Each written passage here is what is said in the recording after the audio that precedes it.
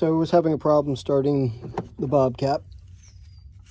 Turns out that this thing, the fuse, was all rotted out. You can see it was actually under some mud because the system here on the Bobcat, nobody thought about if I put a fuse holder in an area where I really don't have any drains, except for maybe one little one there, but I have a drain plug in my upper cab,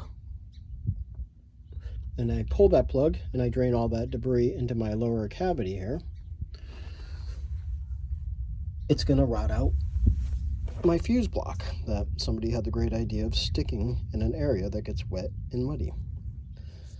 So I sort of started all this. I was just gonna change a few things, but they sent all these pieces.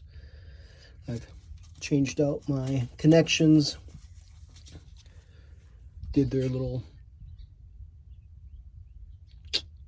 zip connectors there, and got my other side ready to go. Apparently besides changing, they haven't changed the location, which is just stupid, but it's probably a bigger job to do that than just retrofit. So it won't be an open system like this where one feed feeds the whole bus bar.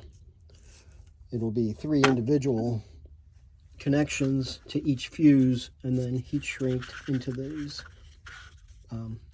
probably pretty watertight connections compared to this contraption. I was a little bit pissed when I opened the box and had all these pieces that I was going to have to now, but I was going to have to now work with, but it actually wasn't that bad. The instructions are pretty simple. Just follow them, read them 5 times, lay it all out, and I think it's going to go pretty well.